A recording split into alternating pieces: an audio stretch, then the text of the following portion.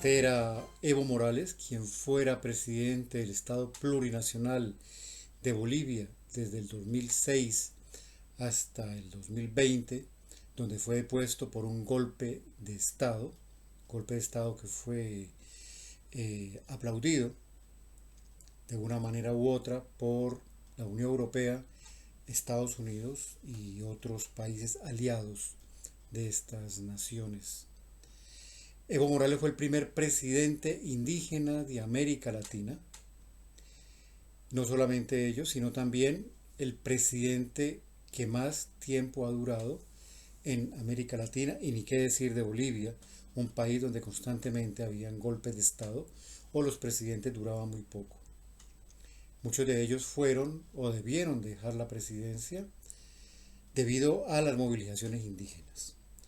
Esta es una demostración de que los indígenas no son simplemente un ente folclórico, ni que se merecen darles pena o que den pena, sino que son gente que en América Latina han estado al frente de inmensas movilizaciones populares.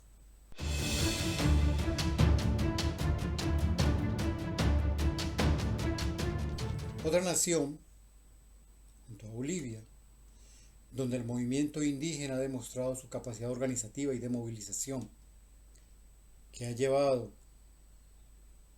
a poder derrocar a varios presidentes que van en contra de sus intereses y en contra de los intereses de la nación, es el movimiento indígena ecuatoriano.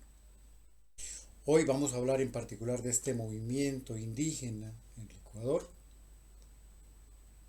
porque vamos a la segunda y definitiva vuelta para elegir presidente. Ya se hizo una primera, donde participó un candidato que se autoproclamó representante de todas las naciones indígenas de este país.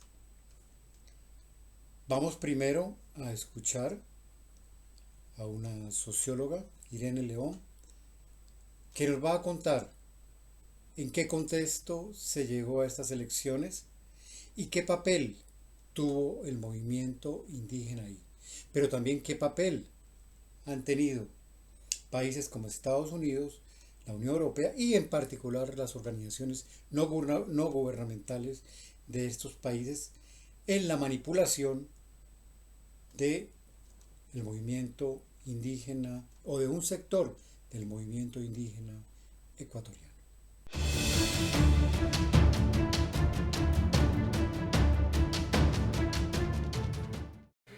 De 2007 a 2017, Ecuador vivió un proceso de cambio intenso, la Revolución Ciudadana, cuya propuesta a corto plazo y mediano plazo se articuló en torno a la desneoliberalización del país, mientras que a largo plazo puso en marcha una propuesta constitucional, el socialismo del siglo XXI, un proyecto de horizonte para el siglo XXI basado con los pies en la cosmovisión indígena.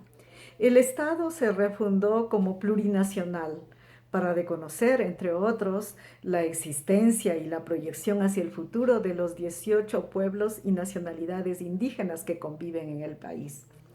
El periodo se caracterizó por un inédito proceso de concreción de la igualdad, con una significativa batería de políticas públicas y otras medidas para facilitar la inclusión de todos los pueblos a este proceso.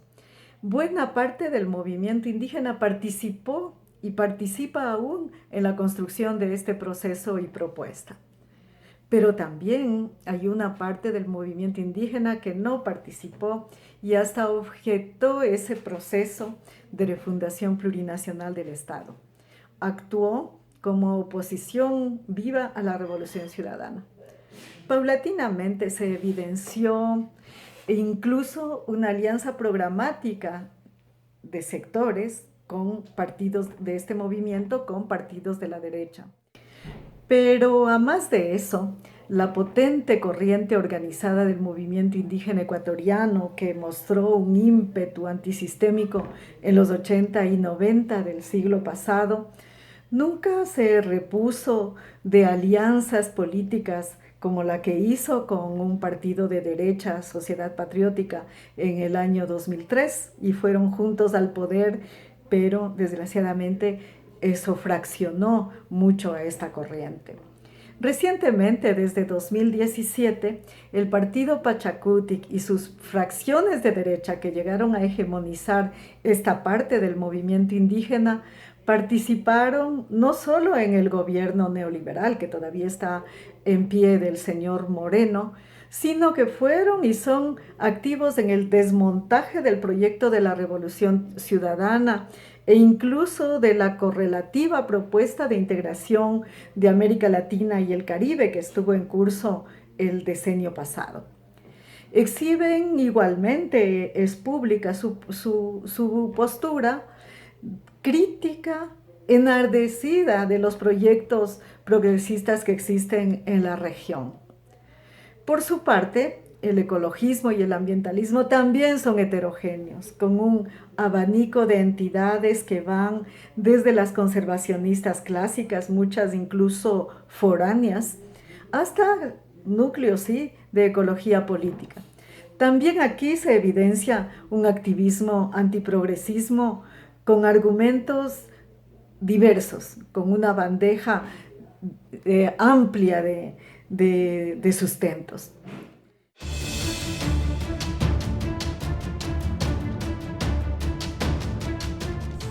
Y un ejemplo, digamos, de este oportunismo de algunos dirigentes indígenas, para hablar de este caso, de las ONG europeas y estadounidenses.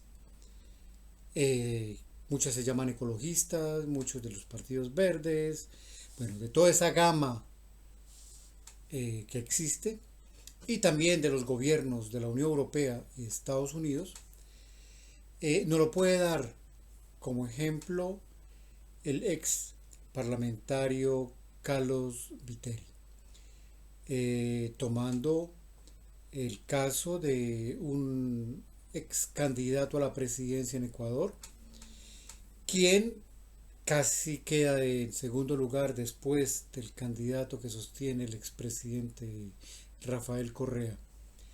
Quiero decir que el segundo y el tercer puesto fue muy disputado y que se lo ganó el señor Lasso, el disputar la, el futuro presidente de Ecuador. El candidato que se presentaba como indigenista, como ecologista, ambientalista, fue hecho a un lado, no protestó por los resultados de las elecciones, luego de hablar con el gobierno de Lenín Moreno, con los industriales y los bancarios del país y con la embajada de Estados Unidos. Esto está comprobado por muchos medios de información. Lo dejo con Carlos Viteri y ya con esta nos despedimos por esta ocasión. Que esté muy bien y a una próxima. En las elecciones últimas de Ecuador el 7 de febrero, pues parecía que disputaba pasar a la segunda ronda, a la segunda vuelta de las elecciones, un candidato del movimiento Pachacuti, considerado una suerte de brazo político de la principal organización indígena del Ecuador, que es la Confederación de Nacionalidades Indígenas del Ecuador, cuyo nombre es Carlos Pérez Cuartambel. Y pues proyectando una imagen supuestamente de representación de los pueblos y nacionalidades indígenas del Ecuador, sus luchas y sus sueños, cuando realmente no es así. Carlos Pérez Cuartambel es un candidato del activismo, producto del activismo de un sector de ONGs ambientalistas, producto también del espaldarazo de la embajada norteamericana, ¿no? Que dicho sea de paso, fue la embajada quien le notificó a él, por palabras del mismo Pérez Cuartambel, que él pasaría a segunda vuelta. También, un personaje cercano, que goza de simpatía con las élites empresariales del país. Este personaje cumple un designio, el designio de dividir a los pueblos y nacionalidades, a neutralizar en su lucha por sus demandas históricas y por la transformación del país. Todo esto da cuenta, uno, de que el partido político se convirtió en un lastre para la vida, el presente y futuro de los pueblos y nacionalidades. El partido político cumplió su ciclo de vida, no tiene razón de ser, se convierte en algo nocivo para los pueblos indígenas. Y en segundo lugar, también habla de una situación en que las propias organizaciones, pueblos y nacionalidades deben dar los correctivos inmediatamente, los correctivos necesarios para retomar su proyecto histórico, para avanzar en la transformación del país y en el logro y el restablecimiento del summa causa en sus comunidades, en sus pueblos y también para el país en su conjunto.